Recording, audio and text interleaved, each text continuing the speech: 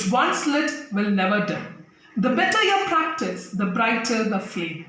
A very warm welcome to all of you. Thank you for joining us for today's online yoga session. On behalf of Mount Literacy School Karnal fraternity, I extend a hearty welcome to all the participants.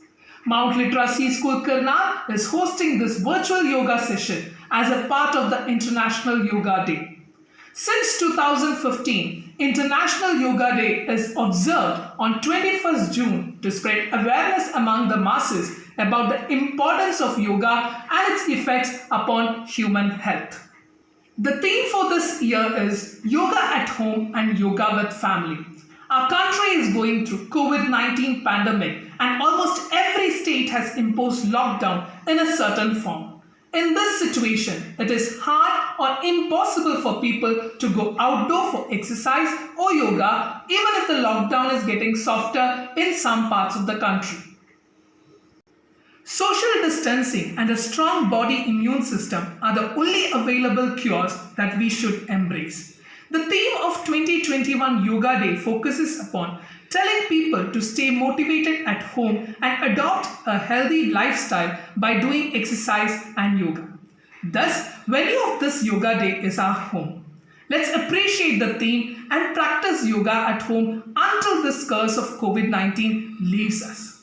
To guide us and take us ahead, we have with us today Yogacharya Parul Man. On behalf of the Mount Literacy School fraternity, I extend a hearty welcome to you, Madam. Yogacharya Parul Man is the Secretary of Himachal Pradesh State Yoga Association. She has her own yoga studio in Shimla and is an expertise in the field of yoga. We are honored to have you, ma'am. Now, without further ado, we will turn the time over to Yogacharya Parul Man. I request all the participants to join along and please do share the pictures of you and your family members doing yoga with us. Over to you, ma'am. Suprabhat, good morning and a happy Yoga Day to all. In the present situation of a global pandemic where not only our physical health but also our mental health is declining at a very rapid rate, the importance of yoga and its sutras becomes even more. 21st June is celebrated as the International Yoga Day. You know, students, the word yoga has been originated from the Sanskrit word yuj, which means to join or to unite. Practicing yoga every day not only increases our flexibility and agility, but also helps in proper blood and oxygen circulation in our body. Now let's begin with some of the basic asanas according to the national protocol issued by the central government.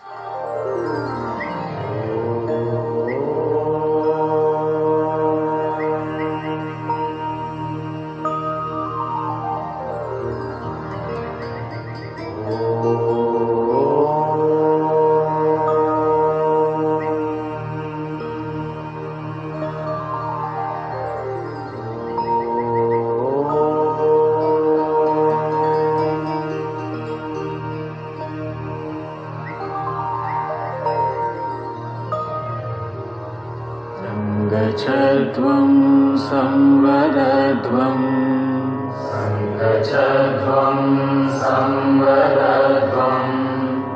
Sangvo manansi janata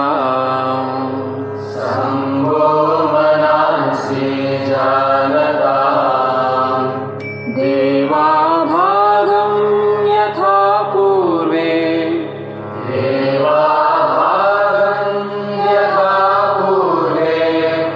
Sanjanana upasate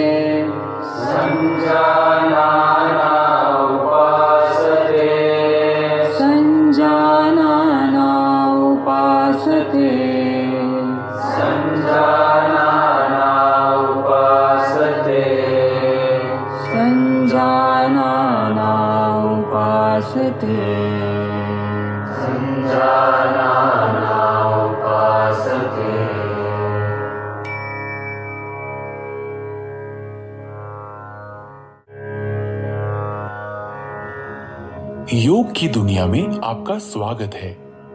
आइए अब हम योग साधना का अभ्यास चालन क्रियाओं यानी शिथिलता अभ्यासों से करते हैं, जो शरीर में सूक्ष्म रूप से रक्त संचार को बढ़ाते हैं।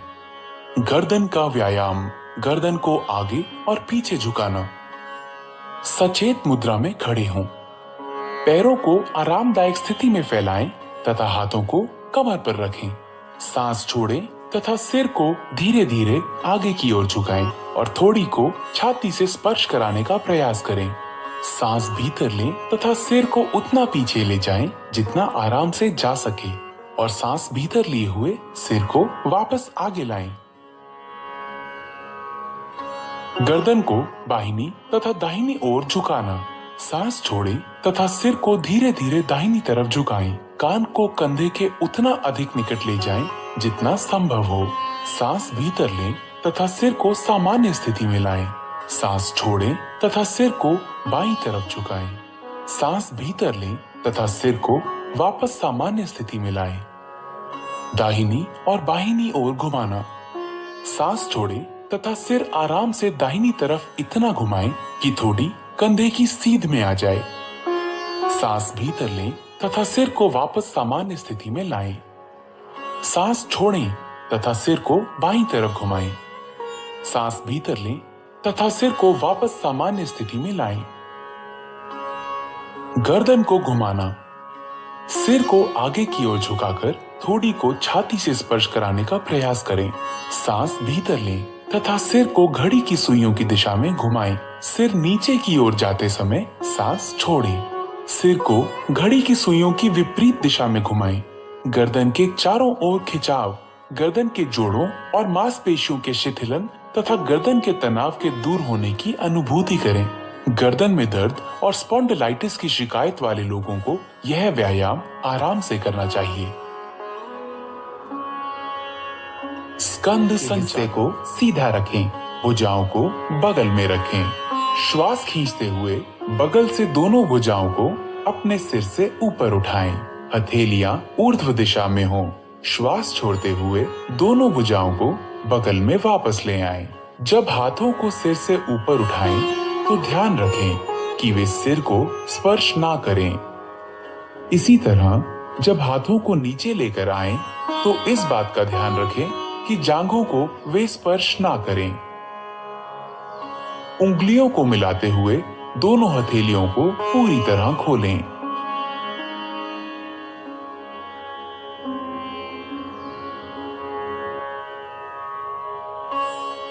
स्कंध चक्र। सीधा खड़े हो जाएं। बाएं हाथ की उंगलियों को बाएं कंधे पर रखें और उसी तरह दाएं हाथ की उंगलियों को दाएं कंधे पर। दोनों कोहनियों को पूरी तरह चक्राकार घुमाएं। आगे की ओर कोहनियों को घुमाते हुए वक्ष स्थल के सामने स्पर्श कराने की कोशिश करें और जब कोहनियों को घुमाएं तो उन्हें कानों के समीप ले जाने की कोशिश करें। इसी तरह विपरीत दिशा में भुजाओं को खींचते हुए घुमाएं और कोशिश करें कि इस दौरान भुजाएं शरीर को स्पर्श करें। इस क्रिया को बाएं से दाएं अर्थात घड़ी की सुई की विपरीत दिशा में 5 बार दोहराएं। इस क्रिया के अभ्यास से हड्डियां, मांसपेशियां और स्कंध क्षेत्र की तंत्रिकाएं स्वस्थ रहती हैं। यह अभ्यास गर्दन की रीढ़ की हड्डी की अपकर्षक अर्थात सर्वाइकल स्पॉन्डिलाइटिस बीमारी को दूर करने में सहायक है। धड़ को घुमाना। पांवों को परस्पर 2 फुट की दूरी पर रखें। दोनों हाथों को छाती की ऊंचाई तक इस प्रकार उठाएं कि दोनों हथेलियां एक दूसरे के सामने हों। सांस छोड़ें। शरीर को दाहिनी तरफ इतना घुमाएं कि बाईं हथेली दाहिने कंधे को स्पर्श कर ले। सांस भीतर लेते हुए वापस लौटें। अब सांस छोड़ें। शरीर को बाईं तरफ इतना घुमाएं कि दाहिनी हथेली बाएं कंधे को स्पर्श कर ले। सांस भीतर लेते हुए वापस लौटें। पुनः दोहरा। सांस भीतर लें। अपनी भुजाओं को कंधों तक उठाएं। सांस छोड़ें, घुटने मोड़ें तथा अपने शरीर को शून्य की मुद्रा में नीचे लाएं। सांस भीतर लें और शरीर को सीधा करें। 2 बार और दोहराएं। इस व्यायाम से घुटने तथा कूल्हे के जोड़ मजबूत होते हैं। अत्यधिक आर्थराइटिस की समस्या होने पर इस व्यायाम को छोड़ दें। हाथों को नीचे लाते समय सांस छोड़ें। आइए अब योगासना की तरफ बढ़ें। ताड़ासन। ताड़ का अर्थ है ताड़ का पेड़। पैरों को परस्पर 2 इंच की दूरी पर रखें। उंगलियों को आपस में जकड़ें तथा कलाइयों को बाहर की तरफ मोड़ें। सांस भीतर लें तथा भुजाओं को ऊपर उठाते हुए कंधों की सीध में ले जाएं। एड़ियों को भूमि से ऊपर उठाएं और अंगूठों पर संतुलित हों। इस स्थिति में 10 से 15 सेकंड तक रहें। ये आसन शरीर में मजबूती लाता है, रीढ़ से जुड़ी तांत्रिकाओं के संकुलन को ठीक करने में सहायता देता है और गलत मुद्राओं को ठीक करता है। सांस छोड़ें, एड़ियों को नीचे लाएं, उंगलियों की जकड़न को खोलें, हाथों को धड़ के समांतर नीचे लाएं और खड़े होने की मुद्रा में वापस आएं। वृक्षासन। वृक्ष का अर्थ है पेड़। दोनों पैरों में 2 इंच की दूरी बनाकर खड़े हो जाएं। आंखों के सामने किसी बिंदु पर ध्यान केंद्रित करें। श्वास को शरीर के बाहर छोड़ते हुए दाएं पैर को मोड़कर उसके पंजे को बाएं पैर की अंदरूनी जांघ पर रखें। अभ्यास करते समय ध्यान रखें कि एड़ी मूलाधार अर्थात पेरिनियम क्षेत्र से मिली होनी चाहिए। गहरी श्वास लेते हुए दोनों हाथों को ऊपर की ओर ले जाएं और हथेलियों को परस्पर मिलाएं। इस स्थिति में 10 से 15 सेकंड्स तक रहें। इस दौरान सामान्य रूप से श्वास प्रश्वास करें। यह आसन तंत्रिका तंत्र की स्नायुओं को बेहतर और शरीर को संतुलित बनाता है। आर्थराइटिस रोग से ग्रसित होने पर इस आसन का अभ्यास ना करें। श्वास छोड़ते हुए हाथों एवं दाएं पैर को मूल अवस्था में वापस लेकर आएं। इस आसन का अभ्यास बाएं पैर से भी करें। बाएं पैर को मोड़कर उसके पंजे को दाएं पैर की अंदरूनी जांघ पर रखें। श्वास खींचते हुए दोनों हाथों को ऊपर की ओर ले जाएं और हथेलियों को परस्पर मिलाएं।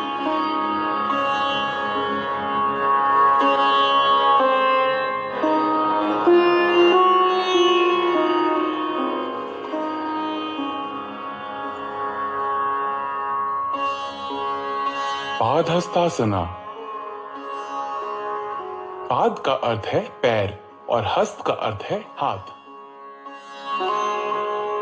धीरे धीरे सांस भीतर लें और हाथों को ऊपर उठाएं। शरीर को कमर से ऊपर की ओर खींचें। सांस छोड़ें तथा आगे की तरफ तब तक झुकें जब तक पूरी हथेली धरती को स्पर्श करने लगे। इस अंतिम स्थिति को 10 से 30 सेकंड तक बनाए रखें। जिन लोगों को पीठ की अकड़न की समस्या हो, उन्हें अपनी क्षमता के अनुरूप ही झुकना चाहिए। अब सांस भीतर लें, धीरे धीरे सीधी स्थिति में आएं और भुजाओं को सिर के ऊपर ले जाकर खींचें। सांस छोड़ें और धीरे धीरे प्रक्रियाओं को विपरीत क्रम में करते हुए प्रारंभिक स्थिति में आएं। विश्राम करें। अर्ध चक्रासन। दोनों हाथों से कमर पर सहारा दें। सांस छोड़ें, सिर को पीछे झुकाएं, गर्दन की मांसपेशियों को खींचें तथा रीढ़ के निचले हिस्से से पीछे की ओर झुकें। सामान्य सांस लेते हुए विश्राम करें। इस स्थिति में 10 से 30 सेकंड तक रहें। अर्ध चक्रासन रीढ़ को लचीला बनाता है तथा मेरु तंत्रिकाओं को मजबूती प्रदान करता है। ये सांस लेने की क्षमता को बेहतर बनाता है। सांस भीतर लें, धीरे धीरे वापस आएं तथा विश्राम करें। उच्च रक्तचाप के रोगियों को सावधानी से झुकना चाहिए। त्रिकोणासन। त्रिकोण का अर्थ है त्रिभुज। पैरों को परस्पर आरामदायक दूरी पर रखकर खड़े हों। हाथों को धीरे धीरे किनारे से तब तक उठाएं जब तक वे क्षैतिज ना हो जाएं। सांस छोड़ें, धीरे धीरे दाहिनी तरफ झुकें और दाहिने हाथ को दाहिने पैर के ठीक पीछे रखें। बाएं हाथ को दाहिने हाथ की सीध में खड़ा करें। सामान्य श्वास के साथ इस स्थिति में 10 से 30 सेकंड तक रहें।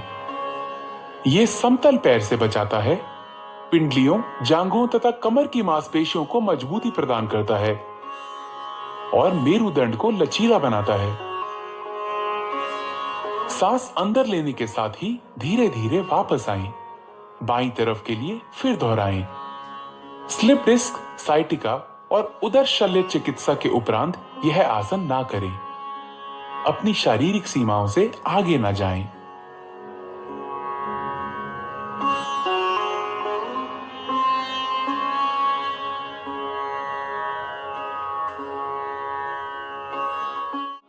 आइए अब बैठने वाली मुद्राओं के लिए तैयार हों। भद्र का अर्थ है दृढ़। पांवों को सामने की तरफ फैलाकर सीधे बैठें। हाथों को कूल्हों के पास रखें। ये दंड आसन है। अब अपने पैरों के तलवों को एक साथ रखें। सांस छोड़ें और अपने हाथों को अपने पैरों के अंगूठों पर कसें। अपनी एड़ियों को जितना संभव हो उतना मूलाधार के पास लाएं। ये अंतिम स्थिति है। इस स्थिति में कुछ देर तक रहें।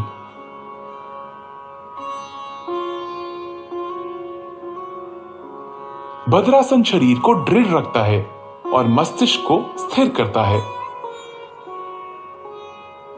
अब अपने पैरों को खींचें और विश्राम की अवस्था में आएं। एक्यूट आर्थराइटिस अथवा साइटिका होने पर यह अभ्यास ना करें। वज्रासन। सर्वप्रथम दंडासन में बैठ जाएं। पैरों को मोड़ते हुए एड़ियों पर बैठ जाएं। जांघों को सटा कर रखें एवं अंगूठे एक दूसरे से सटे हुए हों। हाथों को घुटनों पर रखें।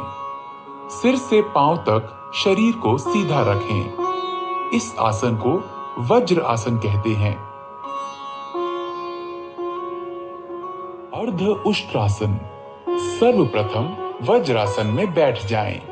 घुटनों के बल खड़े हो जाएं। हाथों को कमर पर इस प्रकार रखें कि अंगुलियां जमीन की ओर हों। कोहनियों एवं कंधों को समानांतर रखें। अब सिर को पीछे की तरफ झुकाते हुए ग्रीवा की मांसपेशियों को खींचें। श्वास को अंदर खींचते हुए धड़ को जितना संभव हो सके उतना झुकाएं। श्वास बाहर छोड़ते हुए इस स्थिति में शिथिल हो जाएं।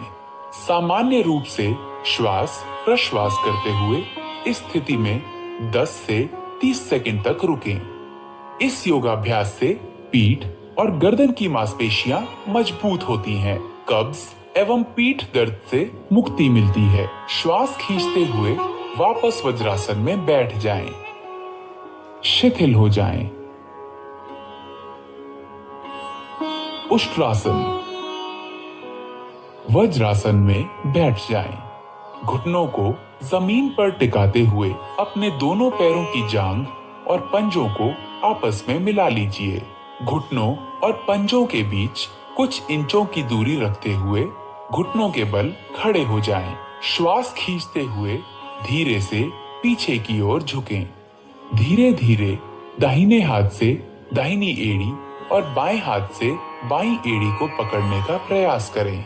इस बात का ध्यान रखें कि पीछे झुकते समय गर्दन को झटका ना लगे।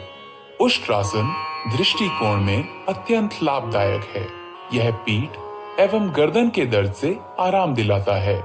यह उदर एवं नितंब की वसा को कम करने में सहायक है। उच्च रक्तचाप, हृदय रोगी व हर्निया के मरीजों को यह आसन नहीं करना चाहिए। श्वास खींचते हुए पुनः वज्रासन में बैठ जाएं। शिथिल अवस्था में आ जाएं। प्राणायाम। नाड़ी शोधन या अनुलोम विलोम प्राणायाम। क्रमशः बाएं तथा दाएं नासिका छिद्रों से सांस लेना है। ध्यान की मुद्रा में बैठ जाएं। मेरुदंड सीधा रखें। सिर ऊंचा तथा आंखें बंद हों। शरीर को कुछ गहरी सांसें लेकर आराम की स्थिति में लाएं।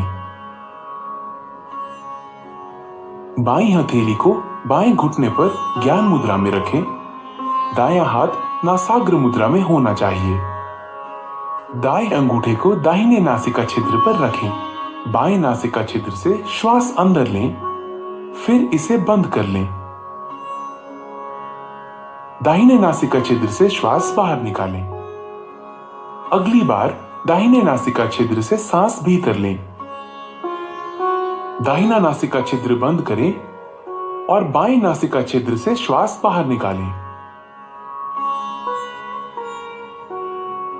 यह नाड़ी शोधन या अनुलोम विलोम प्राणायाम का एक चक्र है।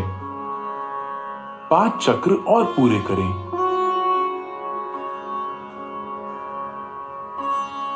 जो अनुलोम विलोम प्राणायाम प्रारंभ करने वाले नए लोग हैं, उनके लिए श्वास अंदर खींचने और बाहर करने का समय समान होना चाहिए। धीरे धीरे इनके समय का अनुपात बढ़ाकर 1:2 करना चाहिए। सांस धीमी, स्थिर तथा नियंत्रित होनी चाहिए। इस प्राणायाम का उद्देश्य ऊर्जा के सभी प्रमुख मार्गों को शुद्ध करना है। ये पूरे शरीर को पोषित करता है। ये चित्त को शांत करता है और एकाग्रता बढ़ाने में सहायता देता है। ये प्राण शक्ति बढ़ाता है और तनाव तथा व्यग्रता के स्तर को कम करता है। ये कफ संबंधी दोषों का भी निवारण करता है।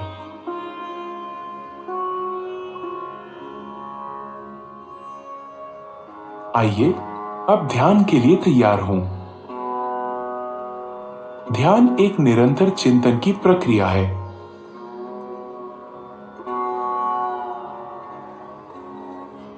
ध्यान की किसी भी मुद्रा में बैठें। अपने मेरुदंड को आरामदायक स्थिति में सीधा रखें। ज्ञान मुद्रा ग्रहण करें। अपनी हथेलियों को जांघों पर ऊपर की तरफ को रखें।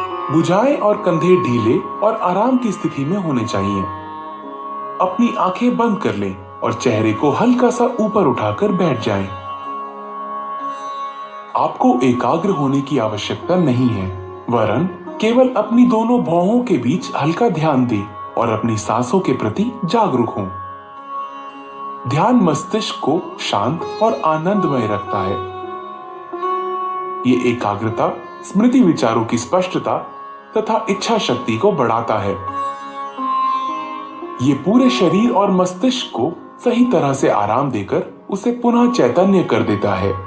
ये सकारात्मक भाव जगाने में सहायक है। ध्यान हमें आत्मानुभूति की दिशा में आगे बढ़ाता है।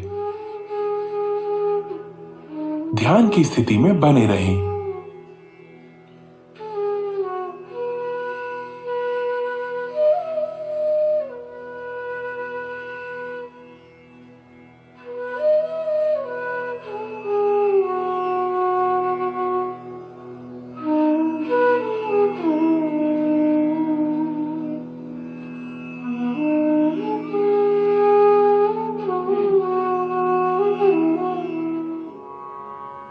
ऊर्ध्वमुखी या पीठ के बल लेटकर की जाने वाली मुद्राओं की ओर। सेतुबंध का अर्थ है पुल बनाना। टांगों को आपस में जोड़ें, बाहों को शरीर के किनारे रखें। दोनों टांगों को घुटनों पर मोड़ें और एड़ियों को नितंबों के पास ले जाएं। दोनों एड़ियों को कसकर पकड़ें। सांस भीतर लें। धीरे धीरे नितंबों तथा धड़ को पुल बनाने के लिए उतना ऊंचा उठाएं जितना आप उठा सकते हैं। आराम से रहें। यही अंतिम मुद्रा है। यह आसन अवसाद तथा व्यग्रता से मुक्ति देता है। यह पीठ के निचले हिस्से की मांसपेशियों को मजबूत बनाता है। अब सांस छोड़ें। धीरे धीरे मूल स्थिति में आएं और विश्राम करें। पीठ के बल लेट जाएं। कृपया ध्यान रखें, गर्भावस्था के बाद की तिमाहियों वाली महिलाएं इस आसन का प्रयोग ना करें। उत्तान पादासन। इस आसन में पीठ के बल लेटकर पैरों को ऊपर उठाया जाता है। इसी कारण इस आसन का नामकरण उत्तान पाद आसन हुआ है। जमीन पर आराम से पीठ के बल लेट जाएं। पैरों की स्थिति सीधी हो और हाथों को बगल में रखें। श्वास लेते हुए घुटनों को बिना मोड़े धीरे धीरे अपने दोनों पैरों को ऊपर उठाएं और 30 डिग्री का कोण बनाएं। सामान्य रूप से श्वास प्रश्वास करते हुए इस अवस्था में कुछ देर बने रहें। श्वास छोड़ते हुए धीरे धीरे अपने दोनों पैरों को नीचे लाएं और जमीन पर रखें। यह आसन नाभि केंद्र अर्थात नाभि मणि चक्र में संतुलन स्थापित करता है। अर्ध हल आसन। इस आसन में शरीर की स्थिति खेतों की जुताई करने वाले भारतीय हल की अर्ध आकृति जैसी हो जाती है। इसी कारण इसका नाम हल आसन पड़ा है। पीठ के बल लेट जाएं। दोनों हाथ जांघों के बगल में रखें और हथेलियां जमीन पर टिका दें। घुटनों को बिना मोड़े अपने पैरों को धीरे धीरे ऊपर उठाएं। सर्वप्रथम अपने पैरों को 30 डिग्री तक उठाएं। तत्पश्चात 60 डिग्री का कोण बनाएं। अब धीरे धीरे पैरों को 90 डिग्री के कोण की स्थिति में ले आएं। यह अर्ध हलासन की पूर्ण स्थिति है। इस अवस्था में शरीर की स्थिति नितंब से कंधे तक सीधी होनी चाहिए। धीरे धीरे अपने पैरों को वापस जमीन पर लाएं। ध्यान रहे वापसी की स्थिति में सिर जमीन से ऊपर ना उठे।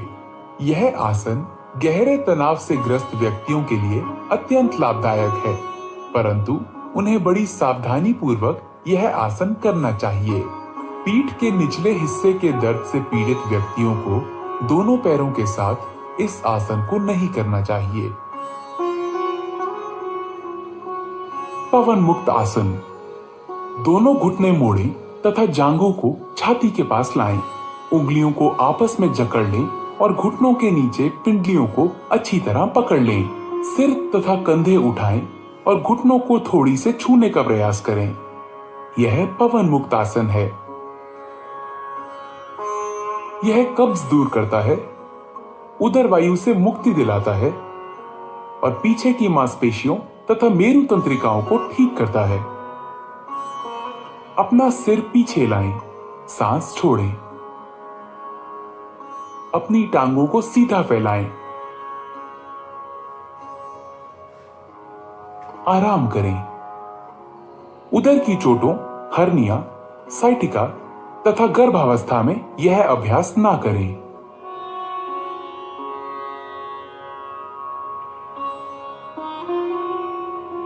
कपालभाति।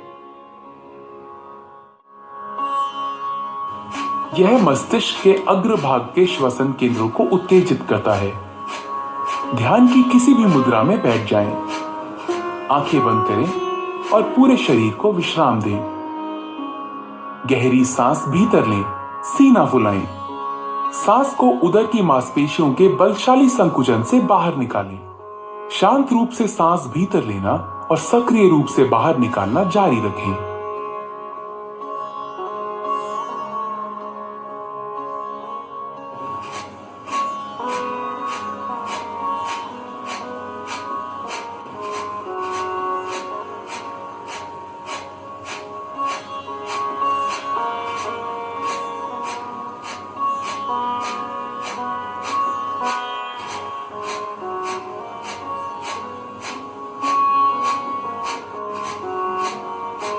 फिर एक गहरी सांस लें, धीरे धीरे बाहर निकालें और विश्राम लें। इस प्रक्रिया को 30 बार करें। यह कपालभाति का एक चक्र है। In the end, I would like to extend my heartfelt gratitude to the principal, teachers, staff members, and students of Mount Litra Z School who gave me this opportunity. Yoga is that Brahmastra which cures our stress, tension, and worries only if you adopt it routinely, not occasionally. So keep doing yoga, get self-motivated, stay safe, stay healthy and fit. Jai Hind. योगाचार्य पारुलमान जी शिमला से सभी उपस्थित school के प्रधानाचार्य, अध्यापकगण, छात्रों और उनके माता पिता को प्रधानाचार्य दीप Bedi, mount Litera Zee school Karnal की ओर से सादर नमस्कार। आज 21 जून 2021 का दिन खास है क्योंकि ये अंतर्राष्ट्रीय योग दिवस मनाने का बढ़िया दिन है। 21 जून 2015 को विश्व का पहला अंतर्राष्ट्रीय योग दिवस मनाया गया और अब हर साल इसे हर्षोल्लास के साथ मनाया जाता है। हमारी बदलती हुई जीवन शैली के बीच योगा का खास महत्व है। योगा न सिर्फ हमारे शरीर को स्वस्थ बनाता है, बल्कि मन एवं मस्तिष्क दोनों को मजबूती प्रदान करता है। योगाचार्य जी ने जो आज हमें आसन दिखाए हैं, मेरा सभी माता पिता से निवेदन है कि वे अपने बच्चों के साथ सहपरिवार बैठकर इनका रोज अभ्यास करें, क्योंकि बच्चे आज कोरोना के दौर में ज़्यादा से ज़्यादा वक्त मोबाइल, लैपटॉप पर बिता रहे हैं। उनके स्वास्थ्य का ध्यान रखना हमारे लिए बहुत ज़रूरी है। तो मेरी गुजारिश है सभी से कि ये आसन दिन प्रतिदिन उनके साथ करें। मैं आपके स्वास्थ्य की मंगल कामना करते हुए अब आपसे विदा लेती हूँ और आशा करती हूँ कि हम इस तरह के नए नए कार्यक्रम आयोजित करते रहें। घर पर रहिए, स्वस्थ रहिए, खुश रहिए, मौज कीजिए, लेकिन अपनी सेहत का ख्याल रखिए। जय हिंद, जय भारत।